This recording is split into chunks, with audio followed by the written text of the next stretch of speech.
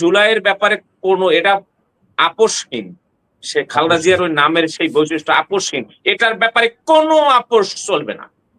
কথা clear and কাট কাট কথা। এটা আমি একটা ছোট্ট একটা চুটকি বা মানে হাসির গল্প দিয়ে আমি কথাটা শুরু করতে চাই। এক গৃহস্থ চোরের ভয়ে, বুঝছেন আজিজ ভাই? এক গৃহস্থ চোরের ভয়ে তিনি কি করেছেন?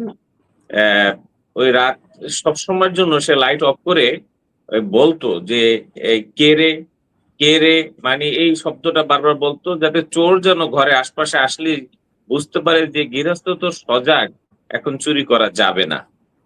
তো কেড়ে কেড়ে কিন্তু এক পর্যায়ে লোক এই বলতে বলতে না ঘুমিয়ে যেত, কিন্তু ঘুমের মধ্যেও ওই বলতে থাকতো কেড়ে কেড়ে কেড়ে। তো চোর একদম মহাবিরক্ত যে এ কি যন্ত্রণা, এলো ঘুমায়ও না কিছু না।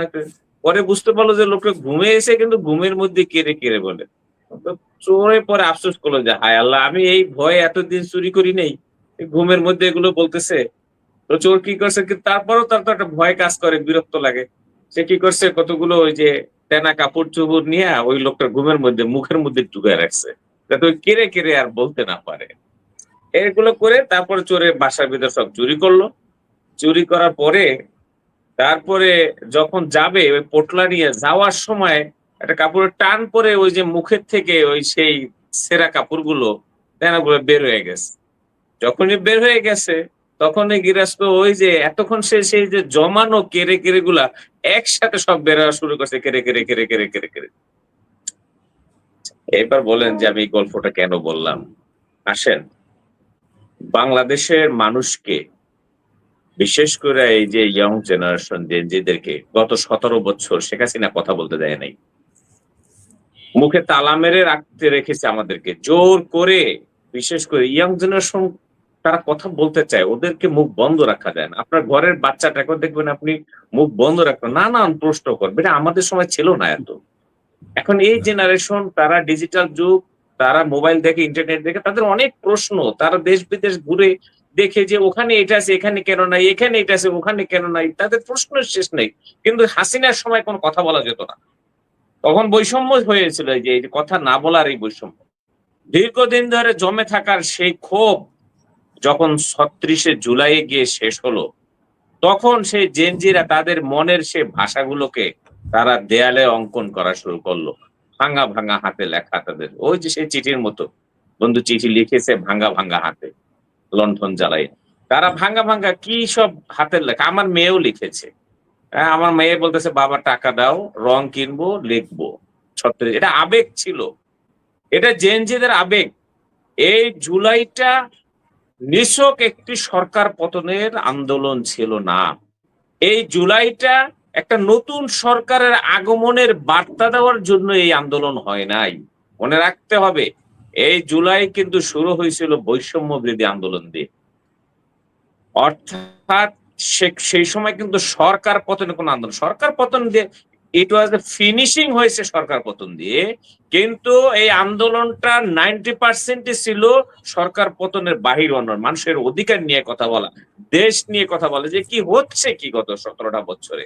কেউ কোনো কথা বলতে পারছে না, কারো কোনো যোগ্যতার প্রমাণ রাখতে পারছে না। অযোগ্যরা এসে বিভিন্ন জায়গা দখল করছে। বিভিন্ন ধরনের এই যে মুক্তিযোদ্ধার নাতি পুতি সহ শুরু করে তাদের যোগ্যতা থাক বা না থাক তাদেরকে চাকরি দেওয়া হচ্ছে, মেধাবীরা বঞ্চিত হচ্ছে। এই বিভিন্ন ক্ষেত্রে এই জিনিসগুলো, এটাই ছিল আন্দোলনের কেন্দ্রবিন্দু। এবং সেই সমস্যার সমাধান করতে গিয়ে সরকার পতন হলো, এবং তারাই সেই জেনজিরাই সেগুলো দেয়ালের মাধ্যমে ফুটিয়ে তুললো যে আমরা কি চাই, আমরা কি চেয়েছিলাম এতদিন, যা সরকার বুঝে নাই। ওহে মহাজন, তোমরা যারা ক্ষমতায় আসবা তারা আমাদের এই ভাষাগুলো বুঝো। তারা লিখেছে কি, উই ওয়ান্ট জাস্টিস, নাটক কম করো প্রিয়, আসছে ফাগুন আমরা হব দ্বিগুণ, তুমি কে আমি কে বাঙালি বাঙালি, তুমি কে আমি কে বিকল্প বিকল্প। এই ধরনের ভাষা আজিজ ভাই চিকা আপনারা মেরেছেন, আমরা মেরেছি, কিন্তু সেইটার দেয়াল লিখন আর এই দেয়াল লিখন ইজ নট সেম। এক না, ইট ওয়াজ নট সেম, এটা সেম ছিল না। তখনকার আন্দোলনের দেয়াল লেখনের উদ্দেশ্য ছিল একটা রাজনৈতিক একটা। এইবারের দেয়াল লিখন কিংবা এই যে গ্রাফিতি সম্পূর্ণ 100% রাজনৈতিক লেখা না, 90%ই হলো অরাজনৈতিক, বিশেষ করে দেশ গঠনের বিষয়। সুতরাং এইটাকে কোনোভাবেই তুচ্ছ তাচ্ছিল্য করা ঠিক হবে না। যদি কেউ এটা মুছতে চায়, আমি বলবো তারা জুলাইকে মুছতে চায়। যদি কেউ এটাকে সাদা রং করতে চায়, আমি মনে করব তারা জুলাইয়ের যে প্রেরণা, জুলাইয়ের যে চেতনা, সেটাকে মানুষকে ভুলিয়ে দিতে চায়। সুতরাং এই কাজ যারা করতে চেয়েছিল বা করেছে, অবশ্যই তারা নিন্দনীয়, এবং এটার প্রতিবাদ আমরা করবই। এবং সেই কাজটা করতে গিয়ে গ্রাফিতি আঁকতে না যে সেখানে আবার সে হাসিনার মতো 144 ধারা, আবার সে 144 ধারা, এবং সেখানে টেনে হেসড়ে মেয়েদেরকে এ ধরনের মানে তাদেরকে এইভাবে বেইজ্জতি করা, এভাবে তার উপর হামলা করা, এটা কোনোভাবেই মেনে নেওয়া যায় না। সুতরাং এই জুলাইয়ের ব্যাপারে এটা আপোষহীন। সে খালেদা জিয়ার ওই নামের সেই বৈশিষ্ট্য আপোষহীন। এটার ব্যাপারে কোনো আপোষ চলবে না। কথা ক্লিয়ার এন্ড কাট কথা। এটার ব্যাপারে যদি কোন পক্ষ, কোন বিরোধী দল, কোন সরকারি দল কোন কারণে যদি এই জুলাইয়ের ব্যাপারে বা এই জেনজিরা দেখেন কথা বলে, জেনজিরা তো পার্লামেন্টে আজিজ ভাই কথা বলতে পারে না, রবি ভাই, জেনজিরা সংসদে গিয়ে কথা বলতে পারে না। ওরা ওদের মনের ভাষাটা ভাই দেয়ালে প্রকাশ করছে, ওদের মনের ভাষাটা প্রকাশ আছে না। জাহাঙ্গীর ভাই, আপনি এইভাবে বলে মানুষকে বিভ্রান্ত করেন।